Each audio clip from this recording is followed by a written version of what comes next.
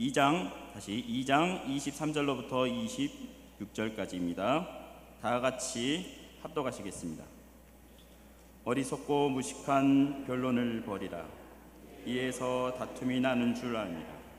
주의 종은 마땅히 다투지 아니하고 모든 사람에 대하여 온유하며 가르치기를 잘하며 참으며 거역하는 자를 온유함으로 훈계할지니 혹 하나님이 그들에게 회개함을 주사 진리를 알게 하실까 하며 그들로 깨어 마귀의 올무에서 벗어나 하나님께 사로잡힌 바 되어 그 뜻을 따르게 하실까 함이라.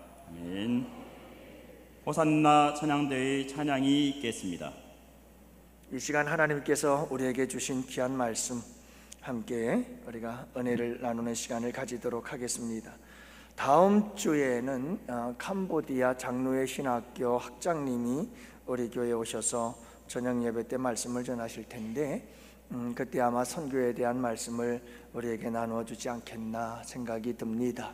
여러분들 많이 참여하셔서 함께 은혜의 시간이 되실 수 있기를 바라고, 오늘은 여러분들과 함께 주의 종이 되어야 한다. 주의 종은 이런 사람들이다. 다투지 아니하는 사람이어야 하고 또 온유한 사람이어야 하고 우리가 오래 참는 사람이어야 된다. 오늘 본문의 말씀은 오래 참음, 인내의 사람이어야 한다는 것을 말씀해 주고 있죠. 그래서 오늘 여러분들과 함께 이 말씀을 가지고 선교와 관련해서 우리가 함께 말씀을 나누고자 합니다. 어느 날 이 공들이 함께 모였어요. 공들이 참 다양하지요.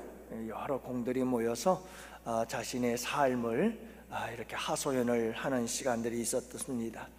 배구공이 이렇게 말했습니다. 얘들아, 난 무슨 전생에 죄를 지었는지 허구한 날 싸다구 맞고 산다 그랬어요. 그랬더니 축구공이 하는 말입니다. 참 넌 다행이다. 난 맨발로 맨날 발로 까이며 산다.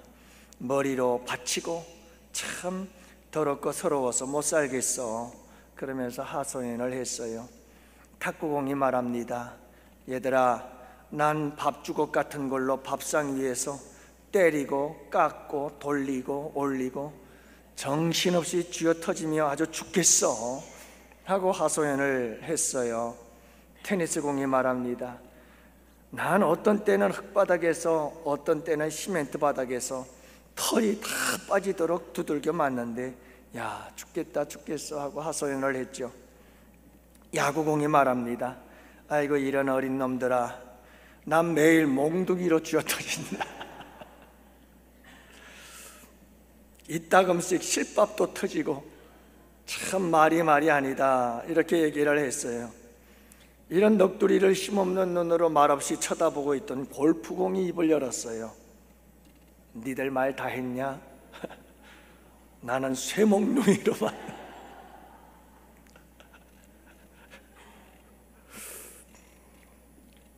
어떤 공도 골프공에게 대꾸할 사람이 없었어요. 아이고 참말로 여러분, 그저 우리의 인생도 이렇지 않나 싶습니다. 여기에 처이고 저기에 치이고 이리 맞고 저리 맞고 참 고달픈 인생을 살아가는 게 우리의 인생이 아니겠나.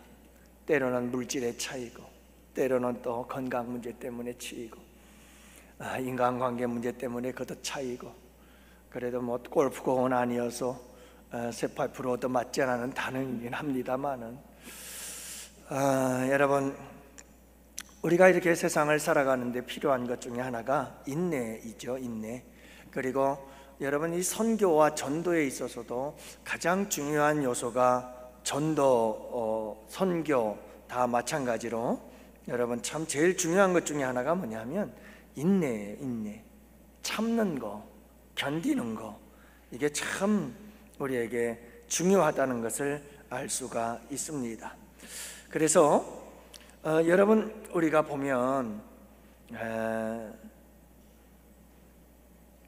이 전도에 대해서 이런 얘기가 있어요.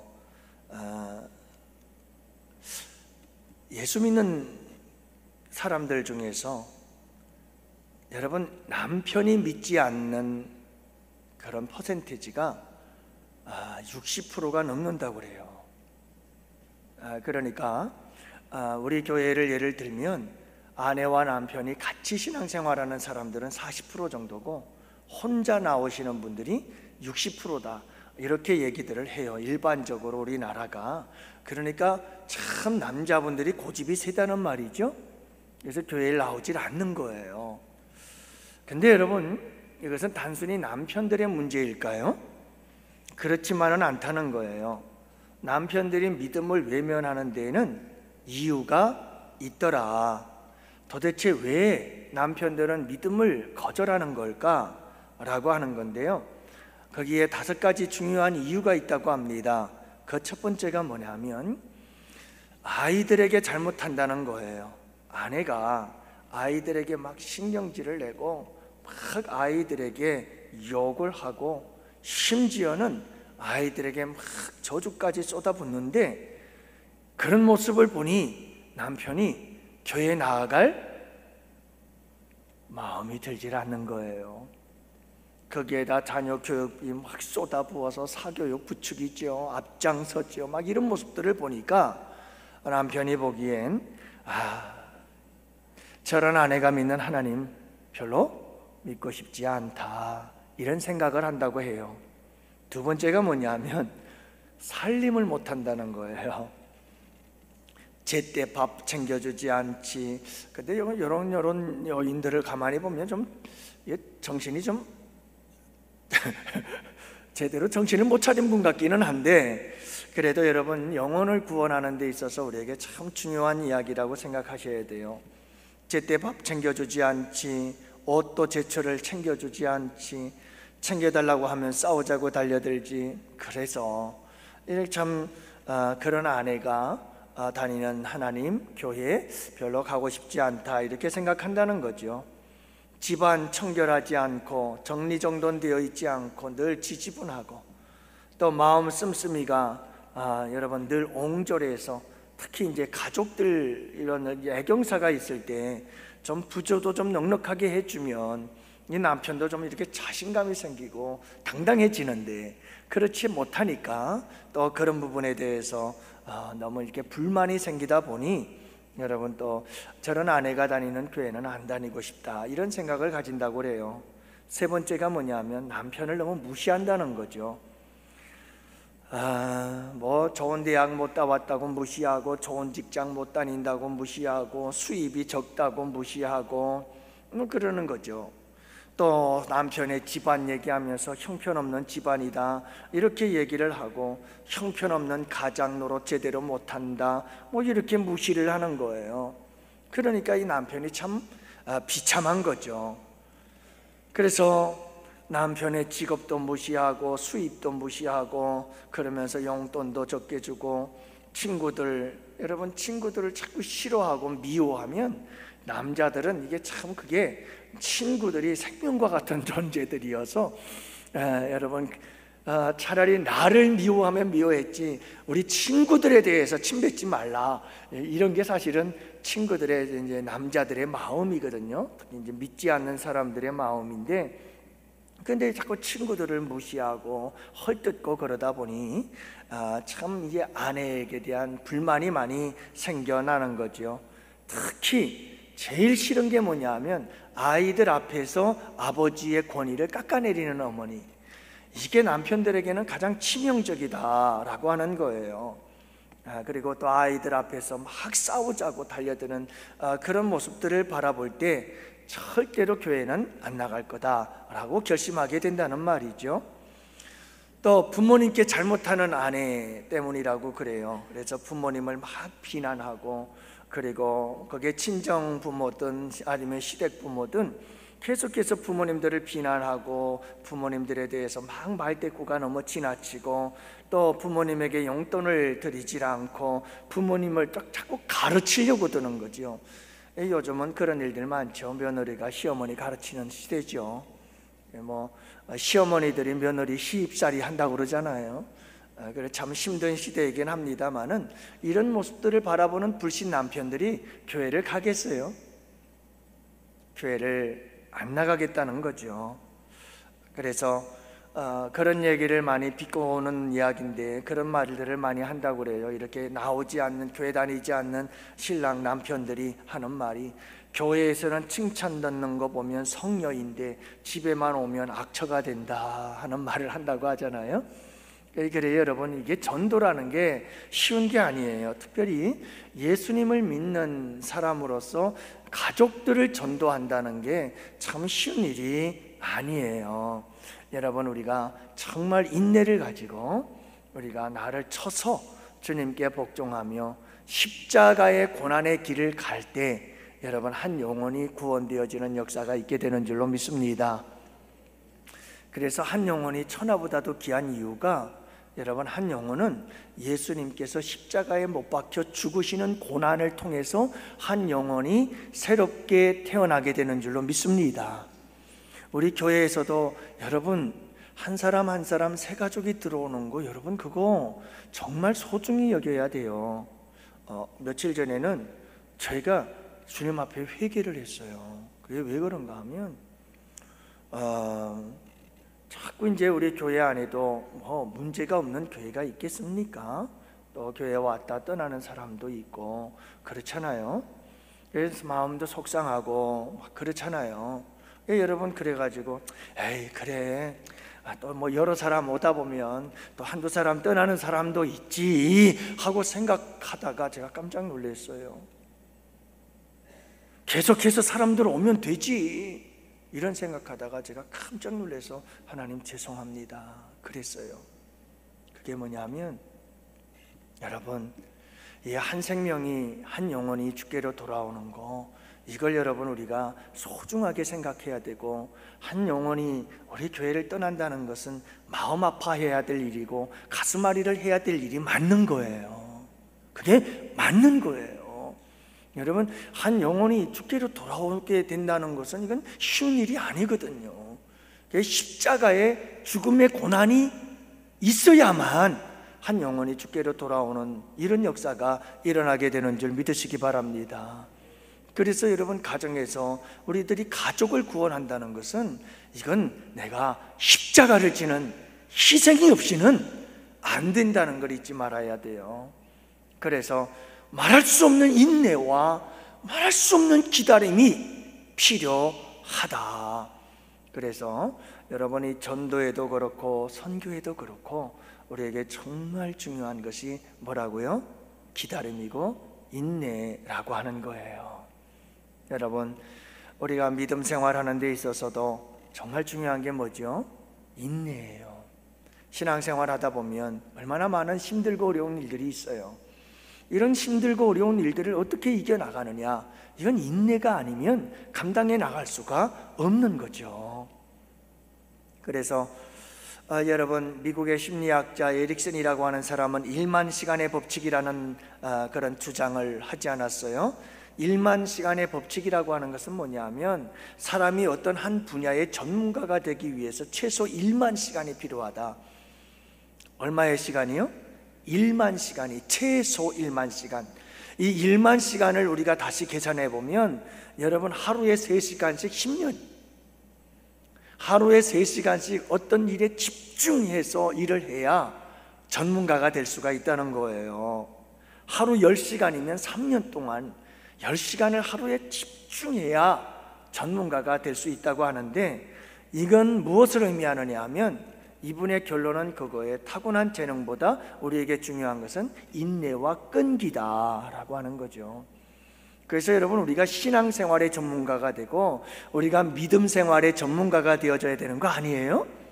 우리들 다 전문가 아니에요? 신앙생활의 전문가들이죠. 적어도 이런 전문가가 되려면 하루에 몇 시간 투자하자?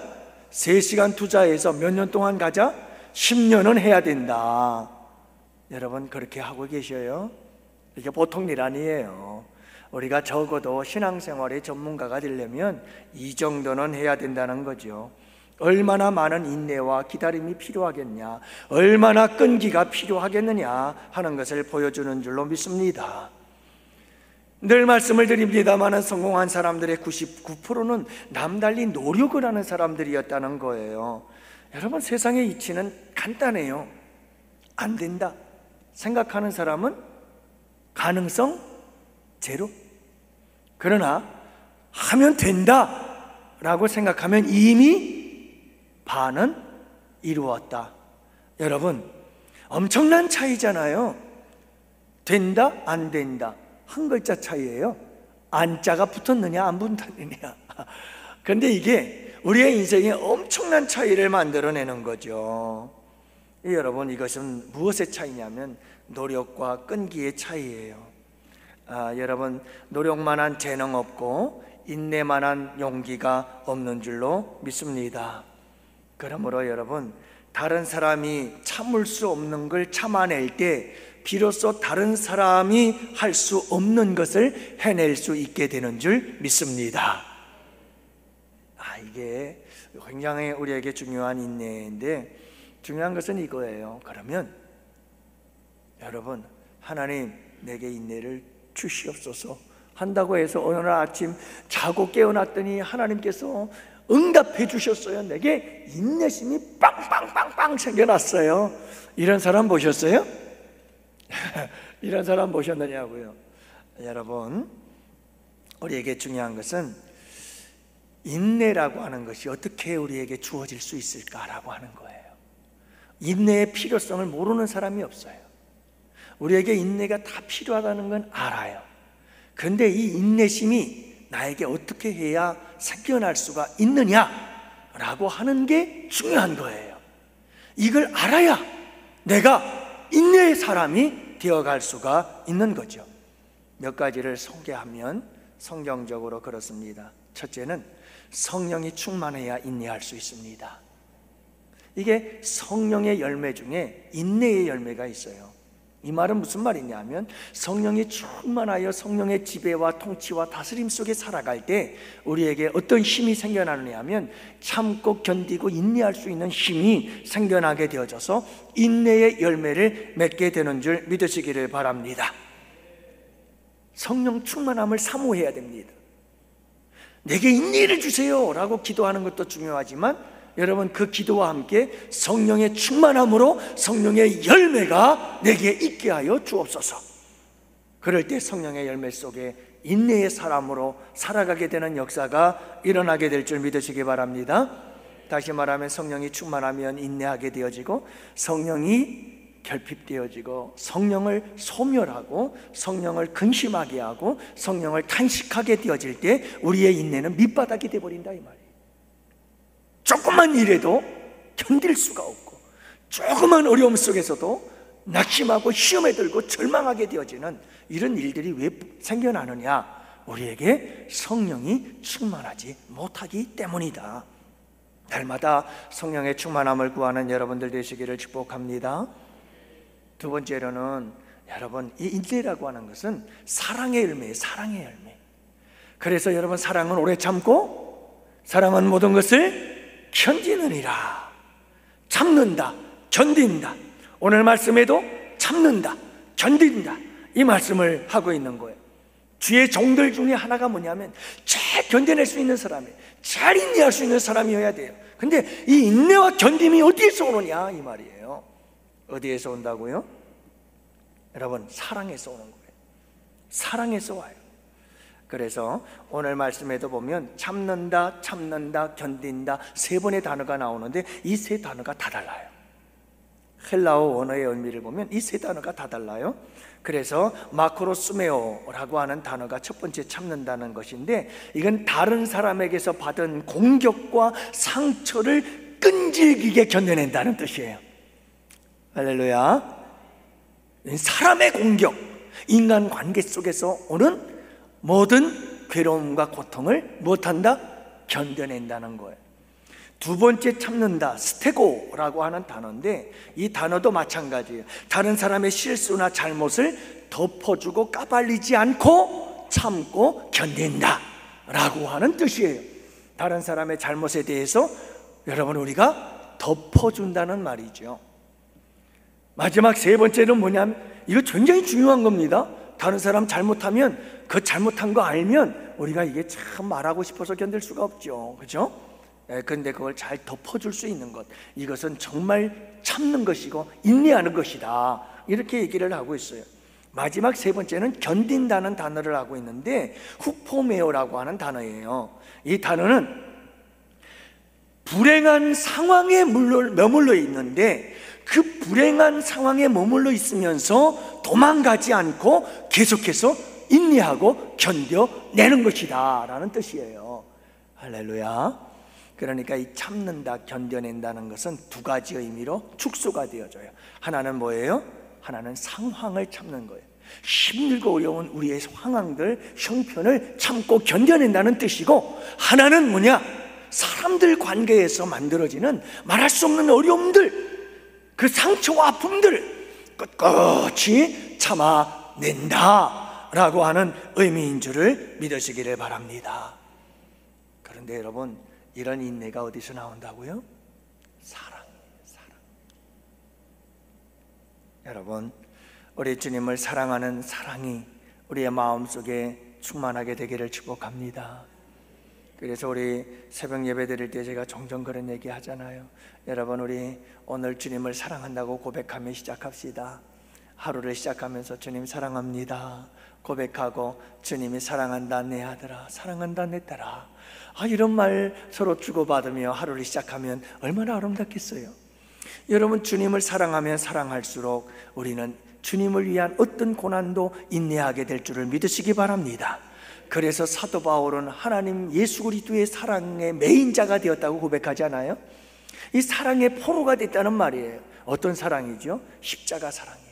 다메섹 도상에서 만난 예수 그리스도의 그 놀라운 사랑, 십자가에 나를 위하여 생명 내어주시고 사망 권세 이기시고 부활하신 예수님의, 그리고 찾아오신 예수님의 그 놀라우신 사랑에 완전히 노예가 되어지고 그 사랑의 메인바가 되어져서 여러분, 어떤 고난도 다 이겨내면서 예수 그리스도의 복음을 전파하게 된 줄로 믿습니다.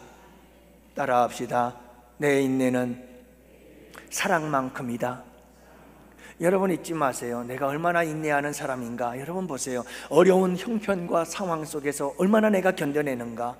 여러분, 사람과의 관계에서 부딪히고 거기에서 말할 수 없는 아픔과 상처들을 경험하면서도 내가 얼마나 잘 이겨나가고 있는가, 인내하고 키는가. 여러분, 이것은 무엇의 차이다? 무엇만큼이다? 사랑하는 만큼이다. 다른 게 없어요. 주님을 사랑하는 만큼 참는 거예요. 견디는 거예요. 인내하는 거예요. 사랑하는 성도 여러분, 우리가 인내의 사람이 되려면 어떻게 해야 될까요? 다른 거 없어요. 하나님, 내게 인내심을 주세요. 기도하면서 이렇게 기도하세요. 주님, 사랑하는 마음을 주시옵소서. 주님 사랑하는 마음, 그만큼 우리는 인내할 수가 있는 거예요. 사랑하는 성도 여러분, 인내의 반대는 조급함인데, 여러분, 조급함을 극복할 수 있기를 축복합니다. 조급하면 이스마엘이 탄생하고, 조급하면 사울 왕처럼 버림을 받게 되어지고, 여러분, 조급하면 항상 문제가 생겨요. 여러분, 항상 우리 마음속에 조급함을 버릴 수 있기는 우리 성도들이 되시기를 바랍니다. 조급함을 버리세요. 이 조급함을 극복해야 돼요. 이 조급함을 초월할 수 있어야 돼요. 그래야 인내의 영성, 기다림의 영성, 참음의 영성을 회복할 수 있게 되는 줄을 믿으시기 바라요. 따라합시다. 조급함은 비극이다. 항상 조급함은 비극을 만들어내요. 그러므로 여러분, 집착이 조급함을 만들어내고, 또 여러분, 어떤 실패, 두려움 같은 것들 있죠. 불안함, 이런 것들이 조급함을 만들어내기도 합니다. 그리고 우리의 기질적인 부분들도 있지요.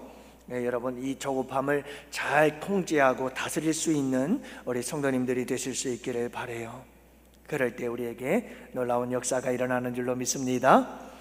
여러분, 이런 조급함을 잘 다스리고 이 조급함을 극복하고 인내의 사람으로 살아갈 수 있는 것 중에 하나가 신앙이에요. 신앙, 믿음이에요. 믿음. 우리 믿음의 사람들이 되시기를 축복합니다. 인내하면 우리에게 가장 중요한 게 뭐냐면, 인내 그러면 누구죠? 욥이거든요. 욥의 인내를 보면 욥에게는 두 가지의 믿음이 있었어요. 첫 번째 믿음은 하나님의 주권을 인정하는 믿음이에요. 주신 이도 하나님이시요 취하시는 이도 하나님이시요. 여러분, 이 고백을 하는 사람에게는 시험거리가 있을까요? 없을까요? 시험거리가 없어요. 아니 뭐 주신 이도 하나님이시고 취하시는 이도 하나님이신데 이 고백을 갖고 살면 시험거리가 있을 수가 없어요. 욥의 인내는 어디에서 나왔느냐 하면 하나님의 이 주권을 인정하는 믿음 속에서 나왔어요. 그렇지 않았다면 어떻게 됐을 것 같아요? 욥은 이미 시험대로 끝났죠. 그렇지만 여러분, 재산 다 뺏기고 자녀들 다 잃어버리고 건강 잃어버리고 여러분 가정은 완전히 다 파탄이 나버리고 이런 상황 속에서도 그가 믿음을 꿋꿋이 지켜나갈 수 있었던 것은 주신 이도 하나님, 취하신 이도 하나님, 하나님을 찬송하리로다. 이 믿음이 있었기 때문에 승리하신 줄로 믿습니다. 또 하나, 그에게는 이 믿음이 있었어요. 따라합시다. 우리 함께 따라했으면 좋겠어요. 이렇게 합시다. 그가 나를 단련하신 후에는 내가 정금같이 나오리라. 이 믿음이에요. 하나님이 나를 단련하신 후에는 내가 정금같이 나올 것입니다. 여러분, 이런 고백을 가지고 하나님께서 나를 이 풀무불 같은 고난 속에 연단하신 후에는 내가 정금같이 나올 것입니다. 이 욥의 고백이 있었기 때문에 그는 끝까지 인내할 수 있었습니다. 그리고 그의 고백대로 하나님은 그가 정금같이 나왔을 때 갑절의 복을 허락해 주신 줄로 믿습니다. 이게 우리 주님의 놀라운 원칙이고 법칙이고 원리라고 하는 것을 알 수가 있는 거죠. 여러분, 이런 믿음을 가지고 인내할 수 있기를 주님의 이름으로 축복합니다. 그래서 선교사들의 그런 고백들을 제가 이렇게 쭉 살펴봤는데요, 한국 기독교 의료 선교협회에 지난 5월, 6월 달에 19차 한국 의료 선교 대회가 있었어요. 거기에서 주제가 뭐였느냐 하면 소망과 인내였어요. 의료 선교사들에게도 가장 중요한 게 뭐라는 거죠? 소망을 갖고 인내하자. 주제 강의들이 참 많이 있었는데 그 중에서 소망 가운데 인내하는 여정이라고 하는 주제 강의를 했던 분이 계십니다. 그분은 주제 핵심이 이거예요. 하나님의 선교를 위해 나아가는 쉽지 않지만 소망과 인내로 이 길을 가면 하나님께서 반드시 우리와 함께 하실 것입니다. 그래서 선교에 있어서 가장 중요한 게 인내다 하는 걸 얘기를 했고요. 또 우리 주 예수 그리스도에 대한 소망의 인내라고 하는 제목으로 강의를 하신 송강이라고 하는 그 대표님이 계시는데 그분께서 주제가 뭐였냐면 이런 내용이에요. 우리가 만나는 수많은 어려움을 이기는 인내는 오직 예수 그리스도에 대한 소망으로만 가능하다. 그래서 인내에 대해서 강조를 했지요. 그래서 케냐 선교사님의 이야기, 고백이 있더라고요. 이렇게 제가 쭉 케냐 선교사님의 이야기를 이렇게 쭉 글을 읽다 보니까 그분이 그런 얘기를 하더라고요. 외적인 인내와 내적인 인내를 가장 선교사들이 해야 할 일이다 라고 얘기를 하면서, 외적인 인내라는 것은 뭐냐면 다시 말하면 문화 충돌이에요. 문화 충격, 기후, 음식, 언어, 이런 환경적인 거, 외적으로 이런 부분들에 대한 문화 충격, 이것이 굉장히 인내가 없이는 불가능하다. 제가 선교학을 공부하면서 제가 어렴풋이 기억에 나는 것은 선교사들이 가장 힘든 시기가 한 3년 정도쯤 지냈을 때가 가장 힘들다고 그래요.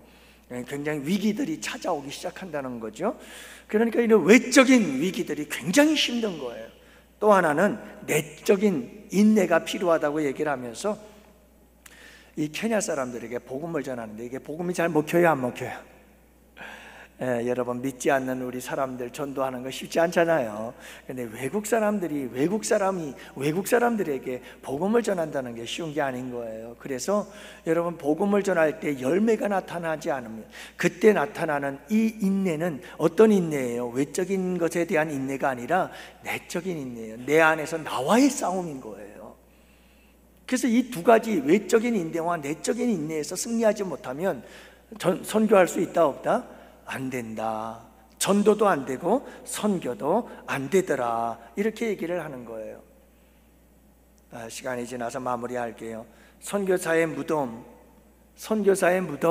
어느 나라인 것 같아요? 일본 또 제가 이렇게 답을 또 얘기해 버리고 말았네. 저 북한 같은 데는 아예 선교사가 못 가요. 갈 수가 없잖아요, 그죠? 중국도 굉장히 이런 교회의 종교 문제에 심각해져 가지고 예민해져서 다 선교사들을 추방시키는 바람에 지금 중국 선교도 굉장히 어려움을 겪고 있는 중인데요. 선교사의 무덤이라고 불리는 곳이 일본이라고 그래요. 개신교의 역사가 150년이나 됐어요. 일본이 굉장히 오래되지 않았어요. 그런데 복음화율은 0.4%예요. 우리나라보다도 기독교가 훨씬 일찍 들어왔는데 0.4%라니까요. 기독교화율이. 우리나라는 여러분 뭐라고 그래요? 4명 중에 1명이라고 그러지 않아요? 그러면 이게 몇 프로입니까? 적어도 30%, 40%는 우리가 벌써 이미 기독교 복음화율이 그렇게 됐다는 거 아니에요?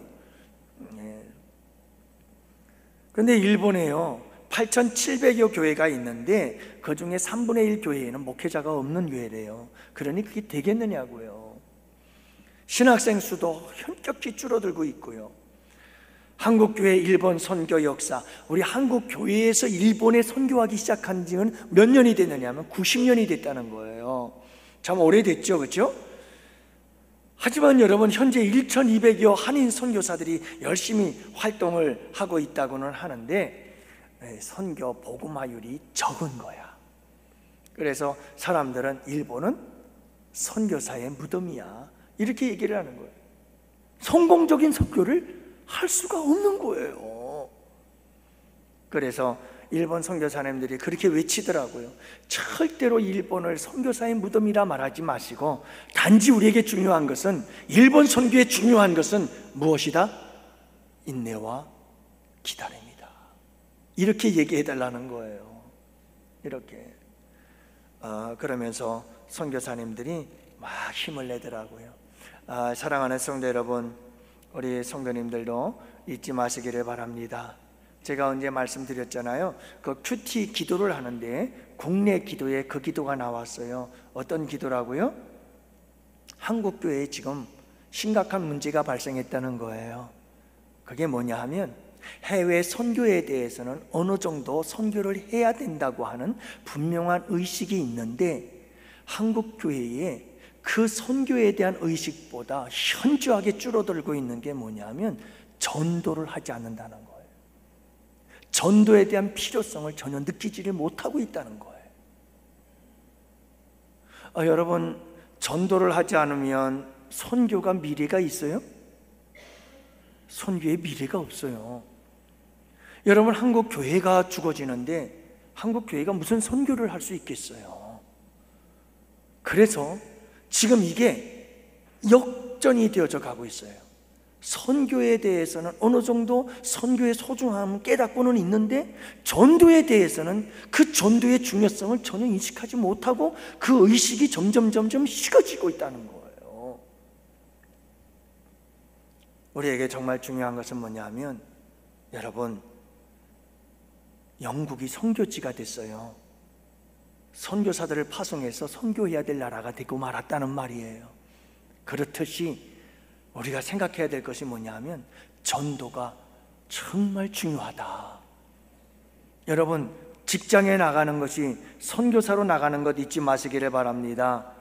가정으로 오늘 돌아가시잖아요. 여러분, 선교사로 가는 거예요. 여러분들이 잊지 마시기를 간절히 부탁합니다. 여러분, 내가 지금 예배를 마치고 돌아가는 것은 우리 가족을 선교하기 위해서 선교사로 파송된다는 마음으로 나아가실 수 있기를 바랍니다. 집에서 생활할 때에도 남편을 남편으로 생각하지 마세요. 자녀들을 자녀로 생각하지 마세요. 뭘로 생각하자고요? 전도의 대상이다. 선교의 대상이다. 나는 누구다? 선교사다. 다시요, 나는 누구다? 선교사다. 여러분, 직장에서도 가정에서도 우리가 선교사라는 이 사실을 잊지 말고 날마다 승리하며 살아가는 복된 복음 전파의 승리자들이 되시기를 주님의 이름으로 축복합니다. 할렐루야. 아멘, 아멘, 아멘.